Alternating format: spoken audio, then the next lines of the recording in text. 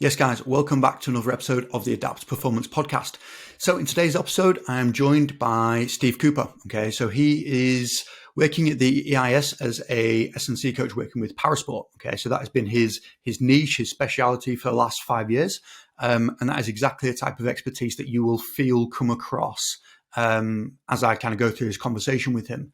And some of the things we cover specifically is around, some key principles of working within parasport. Okay, so how that may be different and what are some of the similarities when dealing with able-bodied athletes. We also touch on, some of the key correlates of performance. If we think about sprinting, for an example, and how you can break that down into physical qualities, reactive strength index, absolute strength, all those things. What are those things for different parasports and are they easily accessible? Do you have to think about things in a slightly different way? Okay. So really, really good episode. Really, really enjoyed this. So what I want you to do off the back of today, once you've listened to this, is go over to Stephen Cooper's Instagram. So I will plaster it all over in the show notes and everything like that. Follow him. That's going to give him a little bit of motivation, a little bit of a dopamine hit to make sure that he keeps putting content out, because the stuff that he's put out so far has been really, really good. So go and check that out because it's super interesting. And I spoke about this before on the podcast, how after some episodes, you'll find, or at least I find that my battery level, my energy levels is drained, from having a conversation with somebody you may not know, or somebody that kind of speaks about stuff that isn't necessarily your forte, for example. This was the exact opposite. This was one of those where it's, my battery level is full and I'm full of energy, which is a problem because this is the latest episode I've actually recorded. What time is it? It's 9:30 at night and I'm not going to sleep. I can tell I'm absolutely wired. So anyway, and that's the classic going off on one type of thing. Cool. So hope you enjoy the episode. If you do enjoy the episode, let me know, let Coops know, but also share it. Okay. Share it with somebody you think may find it useful. Share it with somebody who may not find it useful. Just share it. All right. Do us a favor. On a separate note, go over to Spotify or Apple or wherever you are and just click follow. Okay. If you click follow, it means that whenever we post a podcast, you're going to make sure that you see it because it'll pop up on your screen. Also does a lot for the algorithms and just making sure that the podcast continues to grow. All right. So if you enjoyed the shit, please just give it a little bit of a bump for us. All right. Without further ado, let's get into the podcast. This is me and Coops. Thank you. Yes, Coops. How's it going, mate? You okay? Yeah, all good. Thank you. Good man. Good man. Have you finished your scone? I can see your lips moving. I'm getting there, mate. I might, if you go off on one during the conversation, mate, I might dip in at some point. I love it. I love it. Okay, so I want to start things off pretty broad, mate. Just for anybody that doesn't know who you are, can you give us a quick introduction to who is Coops? Where have you been? What have you done? Cool. So I'm Steve Cooper. I work for the English Institute of Sport. I currently split my time across 3 different parasports. So I work for British Wheelchair Basketball, British Para Table Tennis, and British Para Badminton. And I'm very lucky to do that. I really enjoy the world of parasport, but it's definitely something I fell into kind of accidentally about 5 years ago. So in the build up to Tokyo, my original job was wheelchair basketball. I used to work 4 days a week with those guys. They've restructured their sport a little bit now, which allows me time to go and do some other things. But I kind of fell into that about 5 years ago off the back of an internship with GB Hockey down in Bisham. And before that, I spent a few years working across a couple of different football clubs. I spent a year with Watford Ladies, a couple of years in the Brentford Academy. And way back before that, I'd actually did a sports rehab degree as my undergrad. I ran a sports injury clinic for a few years. So that was kind of my original road in. Went back to uni, did a master's, and here I am. Sick. Did you, did you always see yourself working in Olympic sport? Was this something that you kind of had in your horizon, or did it fully just happen by accident? It was, but yeah, I like the idea of working in an elite sport, I guess. Having done sports rehab originally, I don't know what people will know about kind of the routes you go through for some of those kind of sports rehab, sports therapy type approaches. Really interesting field to work in. Really glad I did it, but it's very hard to go from there to a job in elite sport, just because elite sport wants physios. Rightly or wrongly, there's a whole other debate for another day, but that's kind of the barrier for a lot of people into getting into that environment. So for me, I'd try to pick up an interest in my own training while I was at uni, and off the back of that, kind of started to look into things around S&C just for personal use as much as anything, and kind of really picked up the bug for it. Wanted to study, wanted to have a chance to kind of move into the elite sport world, which I say the sports rehab wasn't really going to open the door for.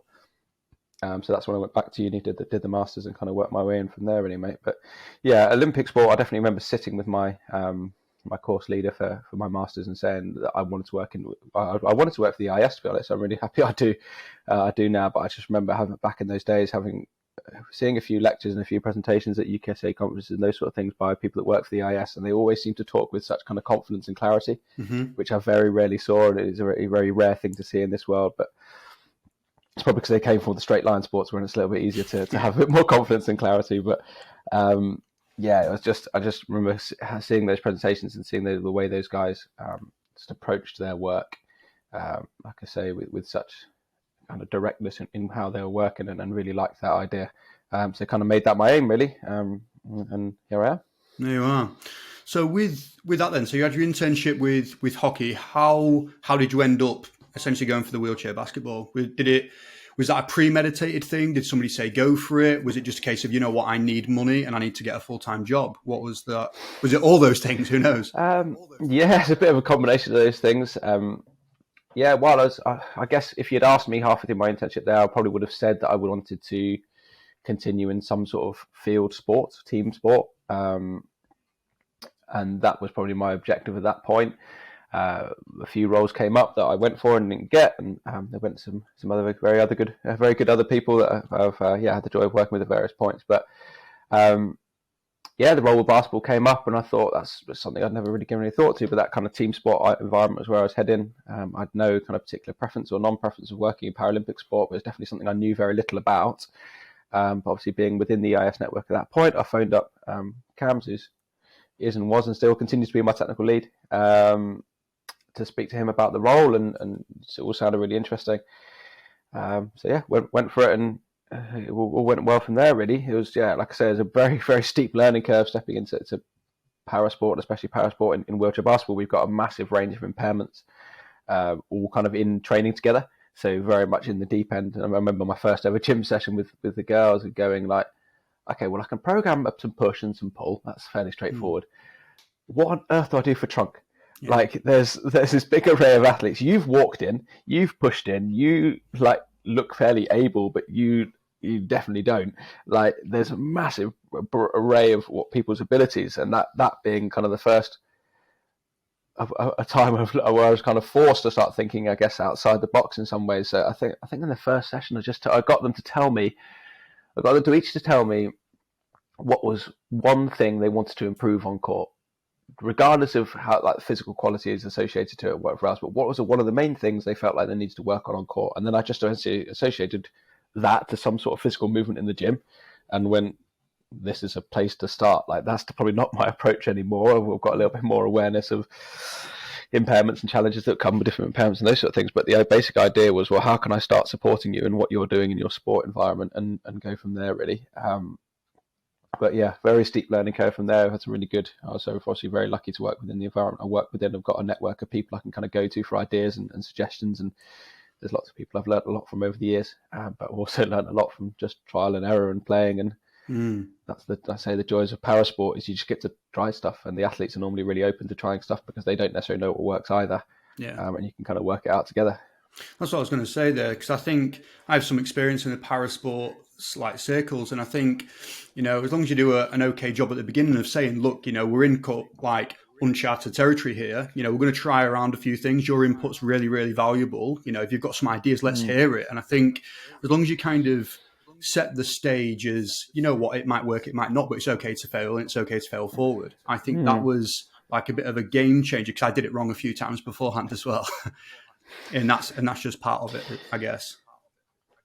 Yeah, definitely. And I think it's very difficult going into parasport as a young practitioner sometimes, when you feel like you need to know all the answers. Like you feel like it's your job to stand at the front and tell people what to do.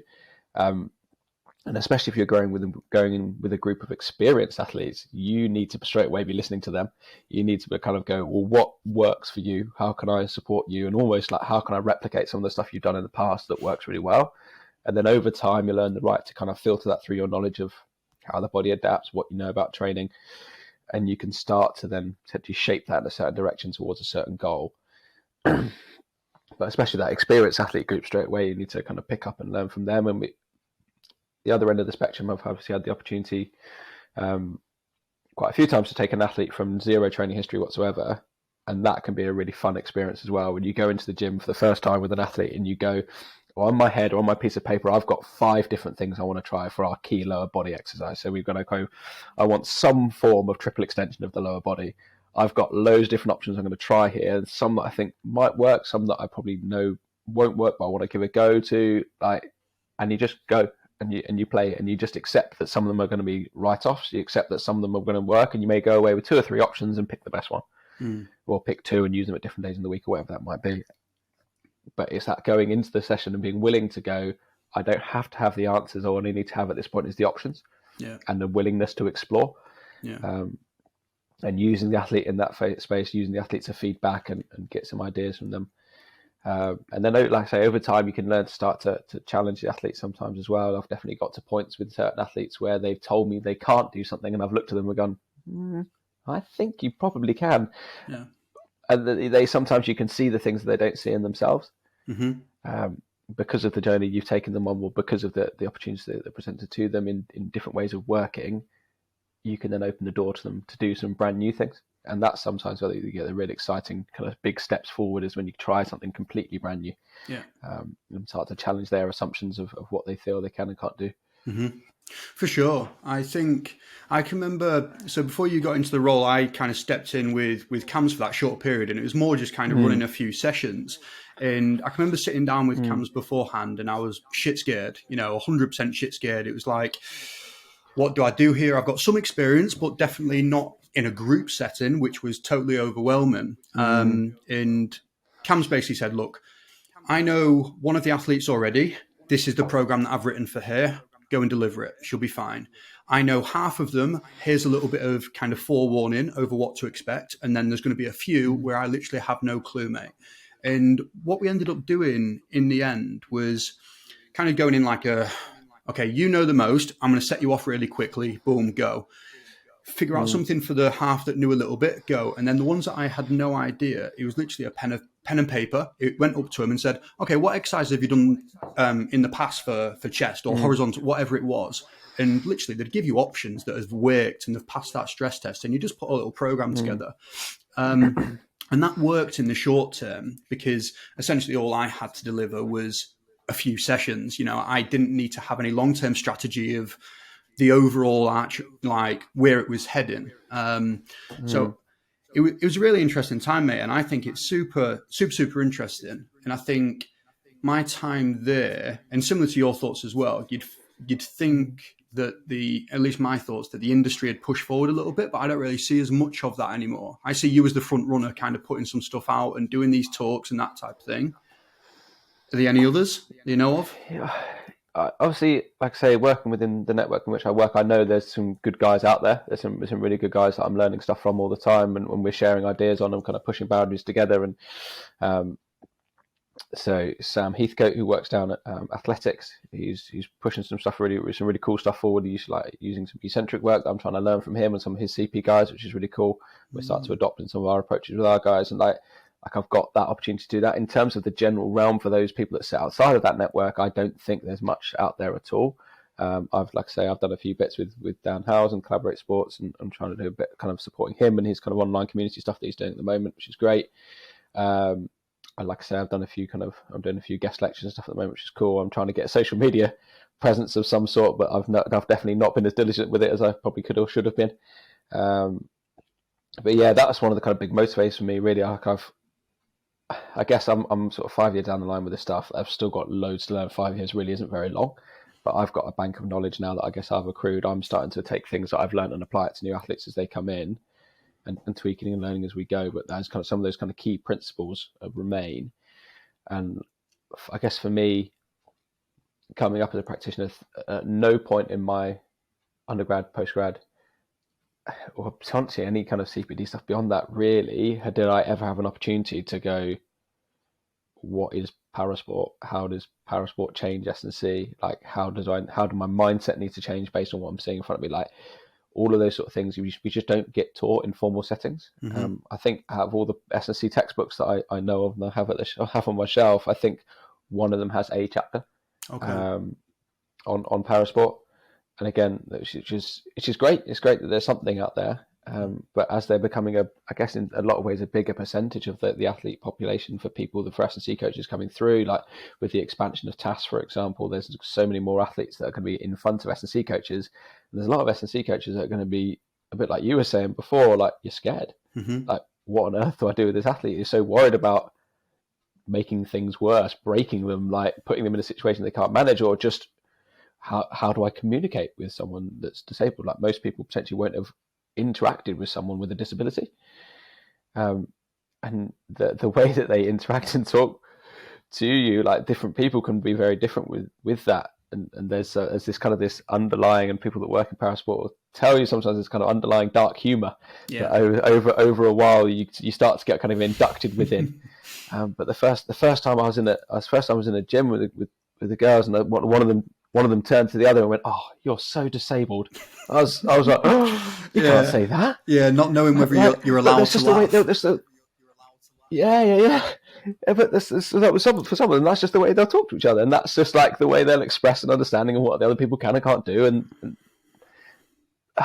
somehow so much is kind of unwritten. And it's been really interesting. Like, sometimes I've travelled with the wheelchair basketball team to other parts of the world, and there's just an assumed pattern for how things work. The higher pointer, the more able athletes will just get chairs out of the back of the car for the less able ones, and they'll people will pass bags to other people, and they'll manage this. And because you're pushing in, we stick this massive bag in your lap because you can wheel in with this, but I'm going to carry these smaller bits that are more awkward that you can't pick up. And it's like how they're able to adapt as a group and communicate as a group and work as a group is amazing. And to be inducted into that world over a period of time is a really cool thing. So I'm not quite sure where we started with this, but that initial approach, that initial understanding of kind of stepping into that world, I'm just aware there's lots of practitioners out there that haven't had those opportunities, and that potentially will pick up these 1 or 2 or 3 athletes that they're just unsure what to do with. Off the back of that conversation I had with Dan in the webinar I did for him, I think there was someone got in touch with me about an athlete that they'd had at their kind of private facility, a short stature athlete that only wanted to do certain things and didn't buy into other exercises in the gym, and he really wanted to do X exercise all the time because that was what he was good at. And we kind of chatted through and discussed it and went through it. And my reflection on that was, well, he probably has found the one thing that in a gym context, especially a short stature athlete, he's probably benching more weight than most of the other guys who got in that gym. They're short stature athletes. I've got a couple of them with a couple of the guys I work with in badminton. They're built to be strong. These guys, some of these guys can squat 3 times their body weight comfortably. And that's without me really pushing them off. Well, there's a few of them, if we really went after them, we'd probably get to four times body weight within kind of 6 months or a year, but just because the way they're built and they're structured. So this athlete probably just wants to do this one thing the whole time because it makes him feel good. And if you put him in with his other able body group and you ask him to do these other exercises, he's probably going to feel really bad about himself because they're not designed for him, or they don't play to his strengths as an athlete.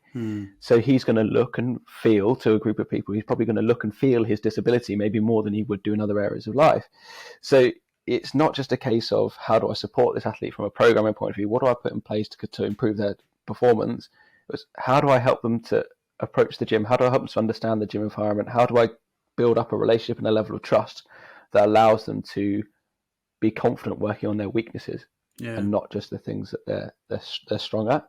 And by having an appreciation and an empathy of how this is going to make you feel. And it takes time to get an athlete to that point. Some of them are fine with it. Some of them couldn't care less. But there's definitely a fair few athletes that I've worked with that are, you've got to get past that barrier. You've got to help them to feel comfortable in the gym environment. You've got to get to the point where they're comfortable with you lifting them on and off bits of kit.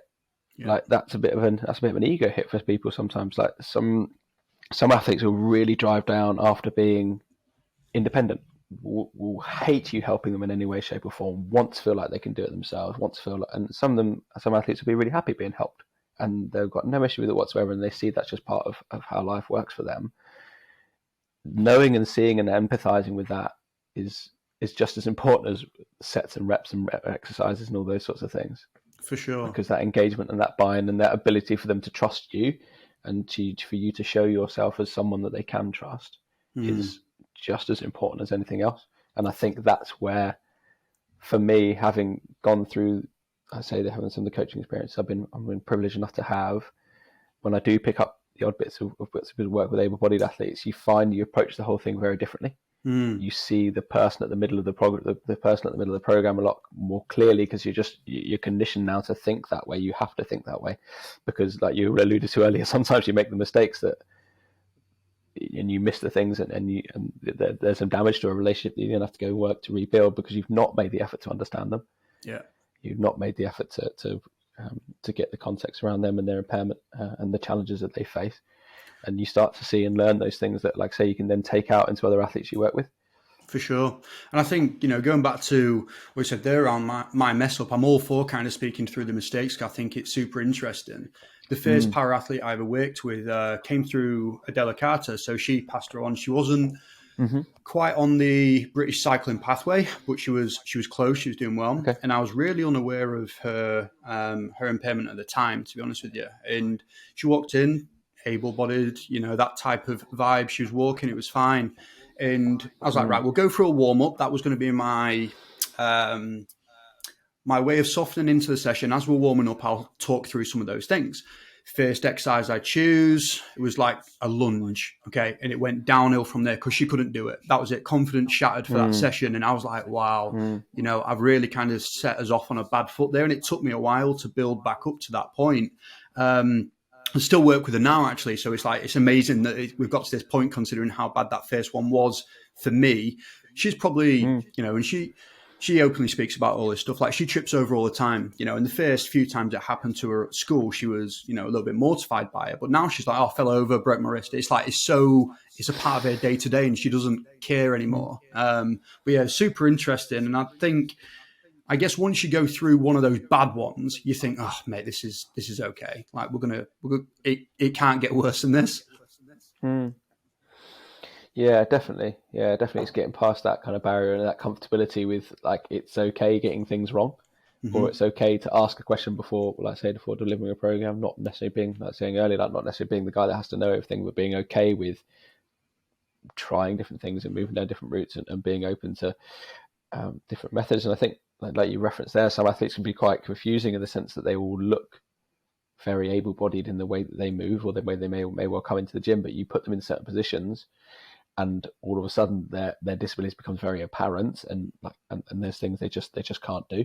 And you can definitely get into sticky situations quite quickly, like you say, by just assuming, oh, but they've walked in and therefore they should be able to single leg squat, or they've well, I say one of my table tennis athletes is very misleading. She walks really well, but if you try and look at the physical qualities around one of her ankles, there's just nothing there at all, because she's had procedures and support and whatever else to get to the point where she can function and is provided function that looks able-bodied in the way that she can move. But when you genuinely look to try and challenge a specific area, there's very little function there at all.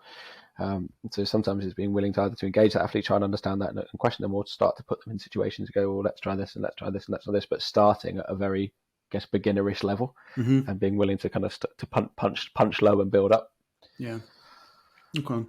So I want to move. This was going to be one of my first questions, mate, but I knew we'd kind of go. So physical preparation of para sport then. So what are some of your key principles that you kind of go through? What are your thought processes around that? And this could, I realize, go in any direction. That's fine. Let's see where we go. So key principles for straight away is you often hear people in the para world use a phrase N equals 1, this kind of idea of like every individual is an individual. So obviously, like a study that, so take a research study, have an N number of however many people are in the study. Like when it comes to para sport, N equals 1. Every athlete is an individual. You've got to start at that point of this athlete is going to be in some way fundamentally different to every athlete I've seen before. They're going to have a different experience of life. They're going to have a different experience with their impairment. They may well have picked their impairment, maybe have been born with it, or maybe something that happened more recently. And that's going to affect massively the way that they're built and the way their brain's structured in terms of providing information to limbs that aren't out there or whatever it might be. So you've got to start with that approach of, I need to try and understand you and what's different about you. So the way I like to talk about this in some of the presentations I do is I put up a slide of it, and hopefully you can try and picture it, the idea of like a beam of light coming into a prism. So like the triangular prism you get this single beam of light coming into it, and that for me is like, well, I need to understand my performance outcome. Where do I want to go? Like, what's my objective? What's my target? You then filter that light through the prism, and for me, that prism is the athlete. You need to take your outcome, you need to filter it through your athlete and your understanding of their capabilities, their function, their challenges, their whatever else, the way they're structured, the way their body is set up. And then out of the back of that comes this massive rainbow of light, and that is all these different options of programs and different directions you can take that athlete based on what you know of the outcome, what you know of them, and that then creates your program for you.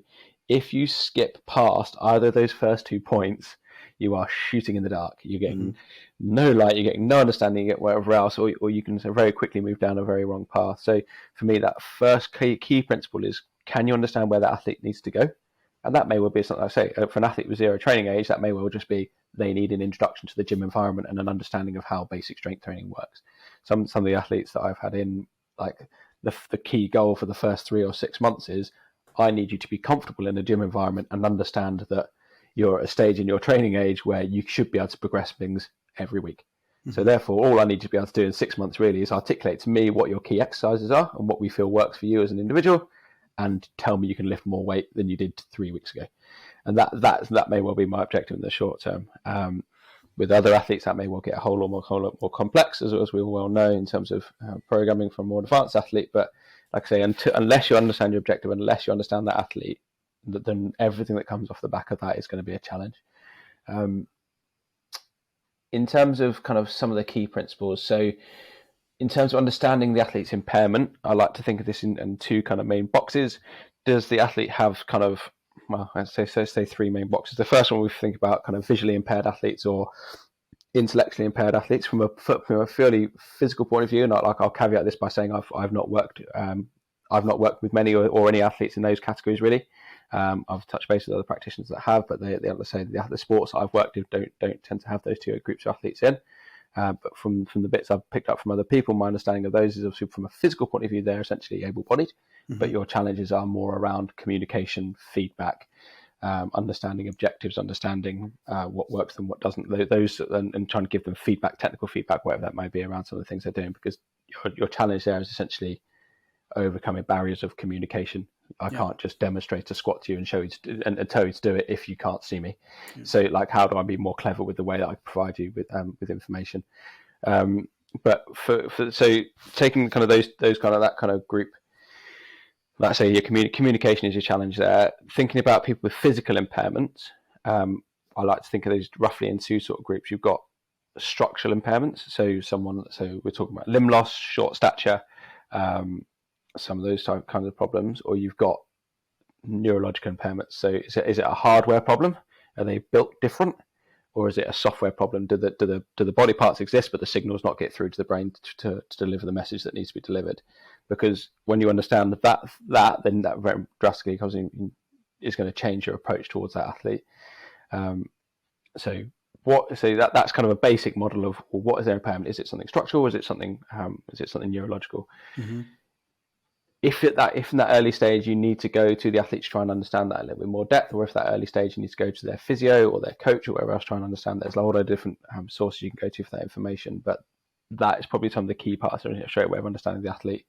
And then from there you can go, well, your impairment is X. I can go away and do some research on that. I can go and see what literature exists on that. I can go and speak to a physio about that. Start to get your information that way. So like I say, understanding the athlete is key, understanding the objective is key. And then there's probably just some key, I guess, fundamental principles of how you set up a gym environment for athletes with impairments. So one of the key kind of lessons, and one of the first things I kind of learned was, you need to provide stability for people that can't create stability themselves. So if someone can't control a body part by themselves, then you're probably going to need to, in some form, stabilize that for them. But the people want to talk about the old squatting on both balls, you can't fire a cannon from a canoe. This kind of idea. If you put someone in an unstable environment and ask them to express or develop high levels of force, they're just not going to be able to do it. So if someone, for example, is a so say someone with a spinal cord injury has no function in their lower legs. If you try and get them to do any form of seated exercise without some support for their trunk or support for their lower limb, you are in essence asking them to squat on a Bosu ball. Like you're asking them to produce high levels of force in an unstable environment. So straight away you start to think about, how do I provide the stability they can't provide for themselves? So that may well be strapping someone down on a bench press. That may well be just using a strap to attach someone to the chair, their backrest on their chair to do some overhead work. That might be getting them out and on the floor. That might be putting them in situations where they're, instead of looking at like a cable rotation, for example, you put them on their side on the floor in a stable environment and ask them to do a lateral crunch or whatever that might be. Like, it starts to think about, where is stability the limiting factor, and how can I take that off the table as a challenge if force development is my key primary aim.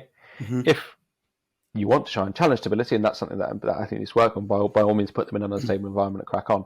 But if there's like basic force principles we want to try and push towards, if there's basic force outcomes that we want to try and change, we need to try and do that from a stable environment. So yeah, using straps, we use also for a lot of the athletes, if they're bench pressing, for example, or bench pulling, we'll use just an oversized weightlifting belt, one of the Velcro ones, and just strap them down and provide the stability around their trunk that way. But yeah, understanding, and also if you do that and you do it well, often you allow them to access some of the areas where they might have limited functionality. So they may well have enough ability in their foot enough ability in one leg to move around a little bit and produce a little bit of force, but they're not enough to hold themselves up. Well, if that's the case, then we provide a bit of strapping around that to give them a little bit more stability. Maybe you allow them to tap into that leg a little bit more than they would do normally, because you provide it as stable an opportunity to be able to do that. We've had some really interesting outcomes with some of our athletes where they've got very limited lower body function, and you've put them in an environment where they're stable and able to tap into the limited bit they do have, and seen some really big developments off the back of it. So I appreciate it's quite hard to picture sometimes without being able to see it. I'm trying to paint you a picture with words in a certain extent, but I guess rule one of setting up the gym environment is strap people to things. Use, like I say, take away the stability demand. Allow them to really go after the force characteristics if that is your objective. Well, I guess those are probably some of the key principles we'll try and think about. Beyond that, it's just getting clever and having fun with some of the problem solving. So just I try and think of, there's all sorts of examples to give you around some of those kind of bits, but maybe I'll allow you to fire on to the next one. Yeah, I think with that all sounds really good, and I guess I want to try and dig into some of the practicality sides of parasport. So I want to pick up on wheelchair basketball, because that's the sport I probably know the most about around this area. So if we think about other sports, if we think about sprinting, for example, able-bodied sprinting, running on two legs, we're able to break down that sport from a physical standpoint of some of the key correlates of performance, reactive strength index and that type of thing.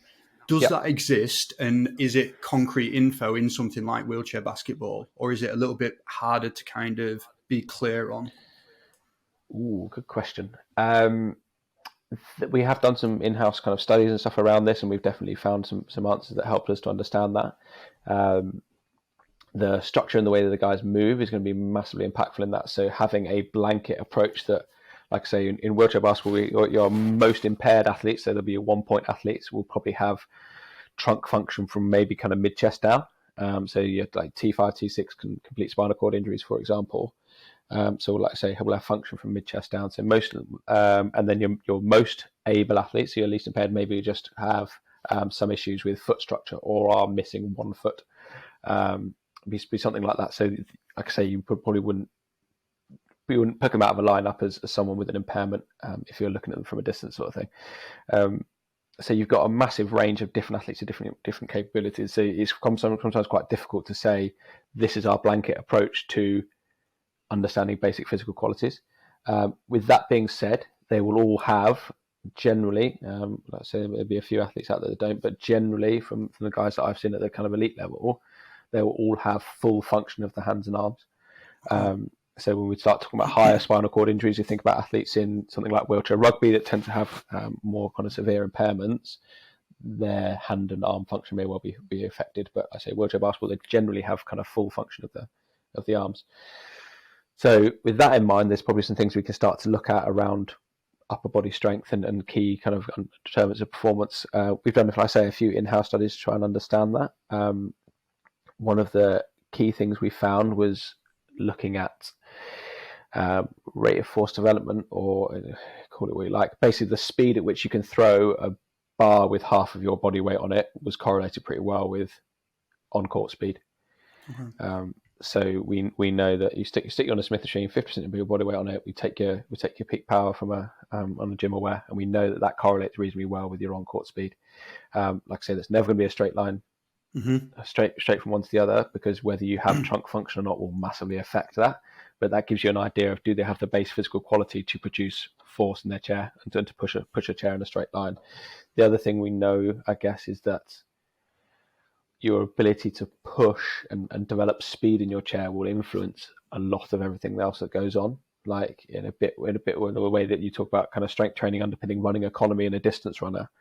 I guess strength training underpinning pushing economy in a wheelchair user is even more. I'd say is even more of even greater importance, because then every movement you do on the court then requires that action.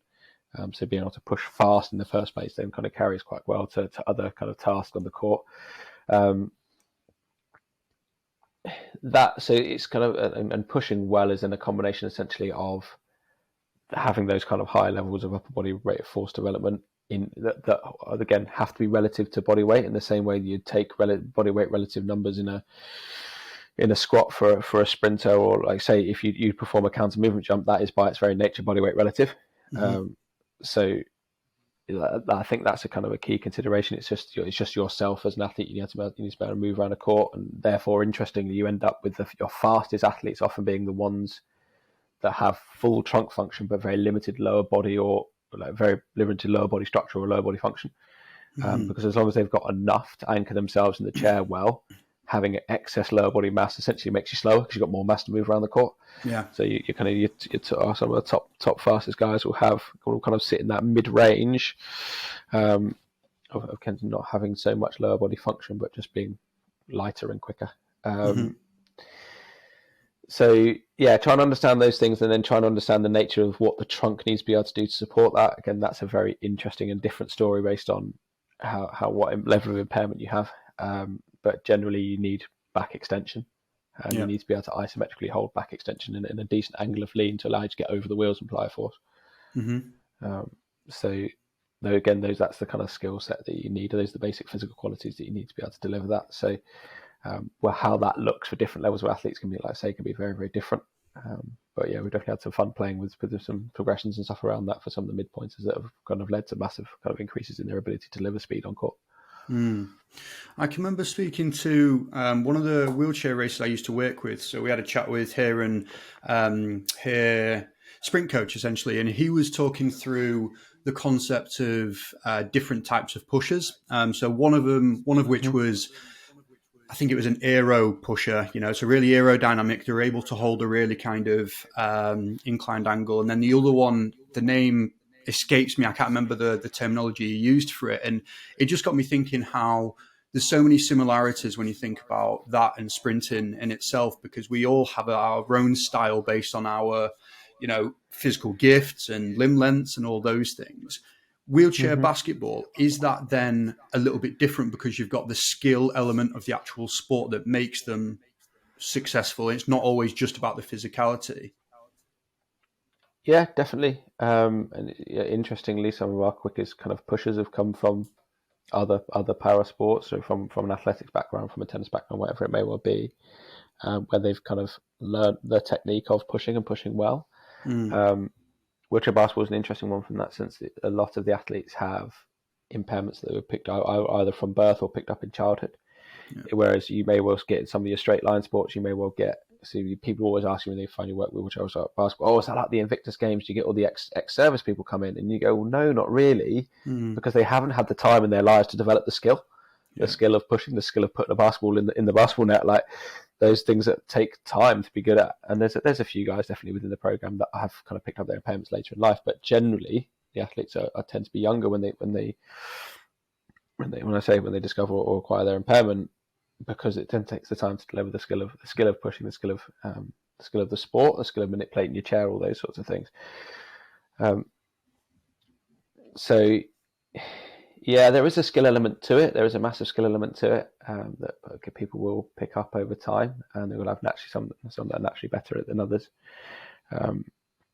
But again, helping them to give them some of the basic underlying physical qualities can then enhance, I guess, their ability to then acquire the skill. And there's also needs to be a consideration. There's some athletes where skill acquisition will be more challenging. So in an athlete with CP, for example, do I have empirical research to confirm this? Probably not.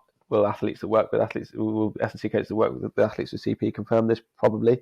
Like it tends that they tend to find it more challenging to deliver a new skill or develop a new skill. When you consider the impairment is a challenge in the signaling, like say we talked about earlier, structural versus neurological, like a CP athlete's neurological athletes, there's an issue between the signaling and what happens and how that's carried down to the rest of the body. They tend to find it more challenging to learn new skills and learn new things. So potentially you need to give those sort of athletes a longer period of time to acquire new kind of skills or techniques, and potentially that with your approach towards them in the gym, you probably want to be quite consistent with the group of exercises you use. Whereas like people in the able body S&C world kind of complain about people program jumping too often and changing what they're doing too often because you're just doing it to entertain them or you're just doing it to keep them interested, and that you won't progress as fast without kind of sticking to things. With those sort of athletes, that becomes even more important because every time they jump to something new, every time you give them a new challenge, that's something new to learn, and that's going to take them a while before they learn to effectively express force in those patterns. So having a set group of exercises can be a really good way to kind of help those guys to progress. And to be honest, that sometimes goes across all athletes in terms of some athletes will be quite limited in what's available to them in the gym and the exercise that work for them. And sometimes so with some of the athletes, we've definitely gone from a period of like, we don't really know what works. So we're stuck with very few things to let's go and try loads of stuff and find what works. Then you end up kind of coming back in and refining into a group of exercises. You know that these are the ones that can work for this athlete. And then it's helping them to understand that these are the things that work for you. If it gets a little bit boring, we might have to be a little bit creative with how we keep the interest for you by playing around with sets and rep schemes, playing around with speed and movement, playing around with some of these other kind of ideas, rather than changing the exercise to keep it interesting. Because if you go too far away from the things that kind of fit their body type and fit their impairment, then sometimes you end up just doing them a disservice. Yeah. So there was a while ago, I can remember it was, I guess the S&C community goes through these pendulum of opinions, and they're always extremes. And, you know, when I first got into lifting, it was machines, because it was bodybuilding in nature. It was all about that. It was about getting the pump. Then transitioned, you know, I kind of got a little bit more into CrossFit. I was like, well, get rid of the machines. It's all about the barbell, you know. And I feel like it's now kind of somewhere in that middle point now where I think people are appreciating how machines are really useful in situations. Is that something, you know, you spoke about using a Smith machine.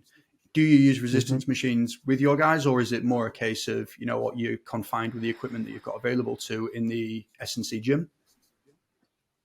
As with any good S&C question, Jordan, the answer, of course, is it depends. Classic. So it depends on, like, I guess when we came back to earlier, the kind of example of the prism and having that kind of clear picture of what is your outcome. Like, say, you then filter that through what the athlete can do, and it gives you your options. But like, if you've got a clear picture of outcome, and if your outcome is muscle mass, then doing that in a stable environment where you can produce high levels of force and you can work people in the proximity of failure and do that on a consistent basis, then machines, yeah, you crack on. If your outcome is highly coordinated rate of force development work in a like say in a coordinated pattern of triple extension, then potentially you want to put someone in a jumping environment. Like, say, I guess it's just like anything else, I suppose. It depends what you need. With some of the athletes having bigger challenges around stability, is there potentially more place for something like a Smith machine? Yeah, definitely. So if I've got an athlete with one leg and I want them to squat, I can give them some dumbbells, I can give them a weighted vest, I can give them a bar on the back, I can give them whatever else, but I'm naturally putting them into an unstable environment. Or I can put them in a Smith machine and allow them to express higher levels of force and deliver a greater kind of force outcome or muscle mass outcome. So take that, if that, for example, that athlete is a wheelchair basketball athlete where their ability to be stable isn't that important because they're strapped into their chair, and that stability isn't the biggest challenge for them. We want them to just be able to produce force, to be able to anchor themselves in well, or to be able to lift up well for their shooting pattern. Then, yeah, great, do it on a Smith machine, do it on a leg press, do it on a go and knock out some leg extensions and have it as a purely kind of machine-based approach, because that's going to give you your outcome. So I guess very very much dependent on those sort of things. What I definitely probably do a lot more with this group and with the athletes I work with now than I potentially would have done with some of the athletes I've worked with back in an able body setting is we do a lot more unilateral work. Mm-hmm. So I'm very strongly, I guess, of the opinion that if your left and right sides are built differently, if I try and train them together, then I'm underselling one or both of them. So if you have an impairment that only affects one side, but I want you to bilaterally squat, either your stronger side is compensating and your weaker side isn't doing very much, or you're holding yourself back to the level of the weaker side and your stronger side isn't developing. So I've got again a picture that I used in one of my presentations of one of my athletes, one of my Badminton athletes got hemiplegic CP, so which essentially means is one half affected. Physios will tell you that it always affects both sides to a certain extent, but from an S&C point of view, it's much easier to look at it from essentially they've got one half that is very able and tends to be probably more able than one half of an able-bodied athlete because they've used it to compensate their entire life. So I've got a couple of athletes that are very unilaterally built, either through CP or limb loss or whatever it might be, and their single leg squat or their single leg sort of like function is unbelievable. They'll pinch grip at 25, having never trained that in their life, because they've used they've used that hand for everything their entire life. It almost ends up being their superpower. Like that they've got this one really really strong side that they use. So I've got a picture that I used this lad in a presentation where he's been leg pressing on a split leg press. So he's got one side he's got like 2 10 plates or something, and on the other side he's got this massive stack of 25. So he's really like smashing out all this weight. So it's just gives you it's just a really stark picture of the two sides are built differently, train them differently. That's fine. Like people worry you're going to with an able body population about asymmetries and are they overcompensating and whatever else. You're not going to stop someone that's with a single side impairment overcompensating. They've lived their entire life through compensation. Feed it, support it, give them the tools to manage the compensation rather than trying to force them out of it the whole time. If they exist in a sport where they need to do things bilaterally and they need the coordination of that, then maybe you go a little bit more down that path. But the athlete in that example plays badminton. It's a racket sport. It's a single leg dominant sport anyway. Yeah, we'll feed that. We'll feed and support his asymmetry because that's part of how it's built and that's going to help his performance and essentially help him in day-to-day life as well, because we're supporting that side ability to support his whole system essentially. And that's a little aside, but it's probably worth mentioning is that sometimes your S&C program doesn't even need to be about performance. Sometimes your S&C program needs to be about supporting them in daily life. Yeah. How can you improve their function in a way that supports their day-to-day living? Because that is performance impacting. If you make transferring them from their chair to their car and back again at the end of the day easier, then you save them more energy to use in the training session later in the day. If you can save them cost from other areas of their life or make certain things easier for them, then you can take stresses away from them that they can then help their performance, helps their activities, daily living, all those sorts of things. You can support that. And sometimes with an athlete that with a greater level of impairment, sometimes your program needs to come away from pure performance and what is the sport to how can I support you in health? How can I support you in, like I say, activities of daily living? And support you in just managing the world, and that therefore being impactful on your performance in the long run. Man, that's really interesting. That was all interesting, but one of the things that I think jumped out to me there was the asymmetry point. And I can remember shadowing para table tennis. It would have been 6-7 years ago, and there was an athlete at the time. I don't know what his impairment was, but I'm going to kind of hazard a guess and say it was CP. And the way he walked was, not necessarily symmetrical in itself. Legs and feet were a little bit misshapen and a little bit bowed in certain areas. And one of the exercises that was being programmed by the S&C coach at the time, James, was something, I think it was box jumps. And as a result, because of the way this athlete was built, as he was jumping, we were getting a lot of valgus. And when we were landing, we were getting a lot of valgus. And that was one of my questions at the time, somebody that was purely used to seeing able-bodied athletes, and we were supposed to probably overcoach to an extent that idea of neutrality. So what would your how would you approach that now then? Would it be the same? Would you program those things because he's had a lifetime of adaptation to those positions? We don't need to worry about the injury rate, or do we try and change those things? Or is it the classic, it depends? There's always going to be an depends element to it. Like it depends element to it, but I won't sit on the fence. I'll make it a little more interesting for your listeners, mate. I would, in that set example, and I'm trying to think of who the athlete is now because he's probably still in the program somewhere. In that set example, I would suggest that if an athlete is delivering massive levels of valgus on a landing and a jump, that they're probably not getting as much as they could or should do out of that exercise, and there's probably another exercise that's more beneficial for them. If, especially in someone that plays table tennis, where again bilateral force production isn't that important, like a lot of the movements they deliver are going to be unilaterally led because there'll be lateral movement, or even forward and backwards movement. Like people don't jump forwards and backwards generally, they step. So like I guess my approach to that would be, why is that high level of valgus there? Is that due to a structural challenge? That's something we can try and change. Like say, if someone with very much a unilateral impairment, you'll sometimes see a much bigger level of valgus because they're trying to bring their stronger side under their center of mass to provide more support for the weaker side.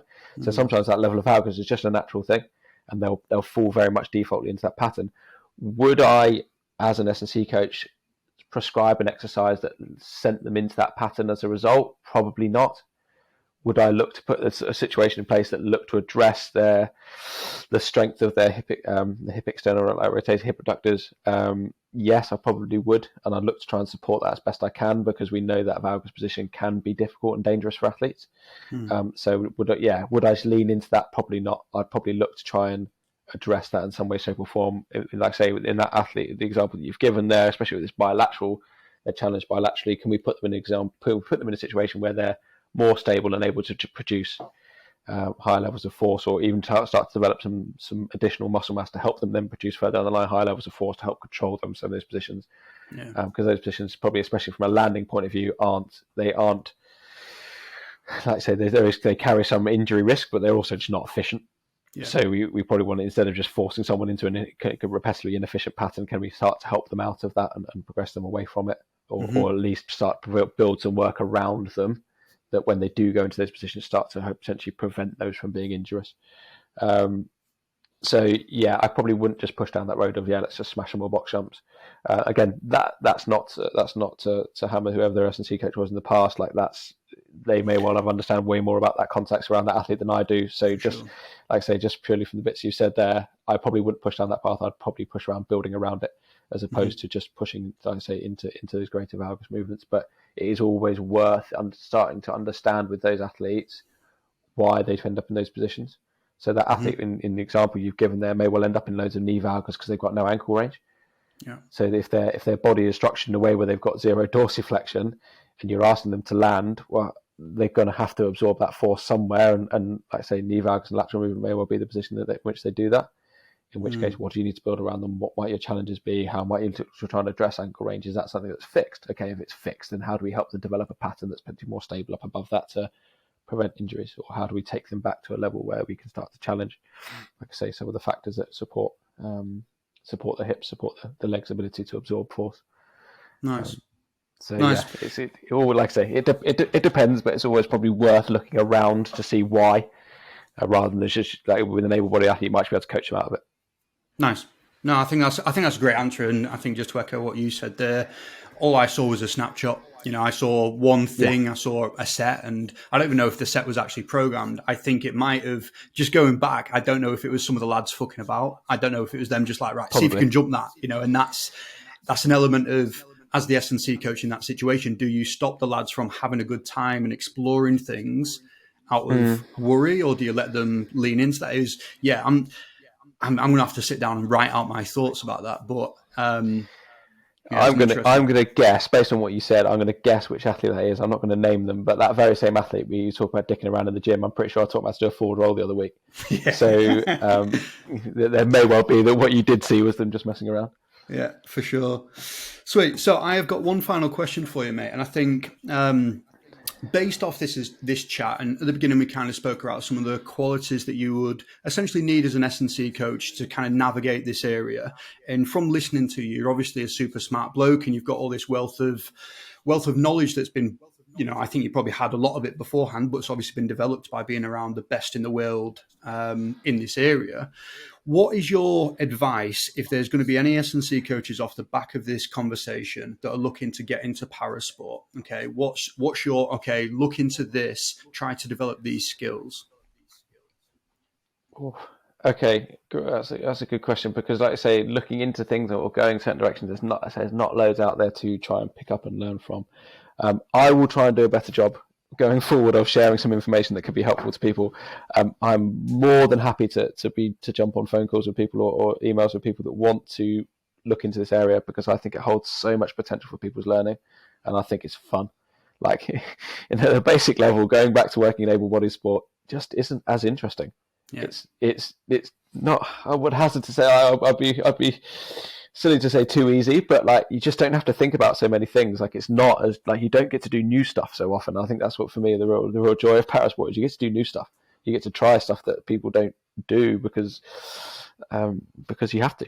And I think that's a real part of the joy of it. But yeah, if the kind of three key facets that I talk about in terms of kind of someone's mindset towards approaching kind of para S&C is, you need to be curious. You need to have this kind of curious mindset of kind of, where can I find some information? What do I need to know that I don't know now? Who could I go to find that information? Like we referenced earlier, it could be physios, it could be the coach, it could be the athlete, it could be research. There's lots of different avenues you could go down to find that. But is that person curious, and do they have that curious mindset that goes and seeks information and goes trying to find things about athletes and their impairments and their challenges? And I say, you may well find a lot of those things from the athlete, because there may well not be any research that exists on their impairment. Are you collaborative? Are you working with that athlete to create a solution to the problem? Are you working with that physio to create a solution to that problem? Are you gonna, like, you've got to be willing to not be the guy that has the answers, because you don't, and you've got to accept that. And like I say, even at my point of, like, even where I am now, and I'd say I'm far from being any kind of great knowledge on these things, but I've got a bit more experience than some. Like, I work so closely with the physios that I have the privilege of working with, because you have to, because you don't have all the knowledge of their impairments, you don't have all of the knowledge of whereas a lot of physios, they'll naturally have, through their progression as physios, will have a much bigger picture of how the body is built, and especially around some of the neurological impairments, because physios, as part of what they learn, will have a neurological element to what they do at uni, and then beyond. They'll have a much better understanding of that than you will. So are you collaborative with both the athlete, the physio, the people that sit around them? Are you curious in terms of finding the information? And then thirdly, are you creative? Like we said right at the start, be willing to go and try stuff. Like, I've learned a lot of things that work, and I've definitely learned a lot more things that don't work by just going and trying them and having a silly idea. Like, if you can go and find some information, you can find a bit of a picture of that athlete, and you can go in and say, I think this might work, and be willing to accept that it doesn't, and move on. Don't hold too tightly to any of those ideas. But again, when you go and you try those things, it's not just then using your eye to tell you whether those things were right or not. It's using the feedback from the athlete, because occasionally I'll put an exercise in for an athlete, and I'll go, oh, this is definitely targeting their glutes, and they'll do the exercise, and they'll go, where do you feel it? On my calf. And I'm going, well, what on earth do you feel that in your calf for? They're built different. Sometimes it just affects them in different ways. Sometimes you need to give them 2-3 weeks of that exercise to allow them to start getting in the right area. Sometimes the sensation that links their muscles to their brain is affected, both in terms of carrying the signal down to activate the muscle, but also carrying the signal up in terms of what they feel. So you may well put an athlete through an exercise, and they don't feel it in the way you expect them to. Sometimes that's because the exercise is wrong. Sometimes because the athlete is built in a way that you didn't expect, but sometimes because the information isn't carrying through. You need to be able to be creative to try and work around a way that finds a solution to that problem. So those, for me, if you can get your head around those kind of three key facets, curious, collaborative, creative. Like, if you've not got one of those three things, you're probably going to be struggling. Or you're not willing to kind of push into one of those three things, you're probably going to be struggling, just because there's just going to be things that are going to be unturned. There's going to be things that aren't being pushed on. Like, you can't just take the able-bodied textbook and slap it onto a para athlete and go, I'm not going to be creative how I approach it. I'm just going to give you this kind of textbook model, like it's just not going to work. So it's just being willing to push the boundaries and try new ideas, and that's going to get you to where you want to be, really. But yeah, those are the big things. And I think for people out there who want to seek out opportunities, there's probably loads of them. There's probably your local wheelchair basketball team, your local athletics club may well have 3 power athletes that want to have an S&C coach and have never had that opportunity. If you go find them, they'll probably love to have you write a program for them and support them, just for your development and your understanding. Your local task site potentially has some power athletes there, and if you get in touch with them, they'll probably let you come down and see some of what they're doing. Like I say, us guys that exist within kind of national programs would probably be happy to hear from you and have you reach out and to chat through some ideas of things. But I definitely feel like it holds so much potential for practitioners to learn and develop by just being forced to think in different ways, to being forced out of, like you say, forced out of the textbook model, forced out of what they teach you at uni, but then forced to use those things that you do learn. Like you'll learn all about post-activation potentiation or whatever it might be, but you'll learn to apply that in a whole new way because you're forced to think in a different way. And you're forced to think about that, applying that to an athlete that's just built and structured differently. That's the challenge and the joy in it all. And sometimes it's and then there'll be plenty of opportunities out there for people to go and seek out if you can find them. But like I say, I guarantee it will hold progressions for you. And just think of the guys that are at uni in your university. I guarantee there'll be at least a para athlete knocking around in your university's scholars program that's getting some S&C support from the university. Go find them, ask them some questions, and go try and see if you can seek out that opportunity. Sweet, mate, that's fantastic.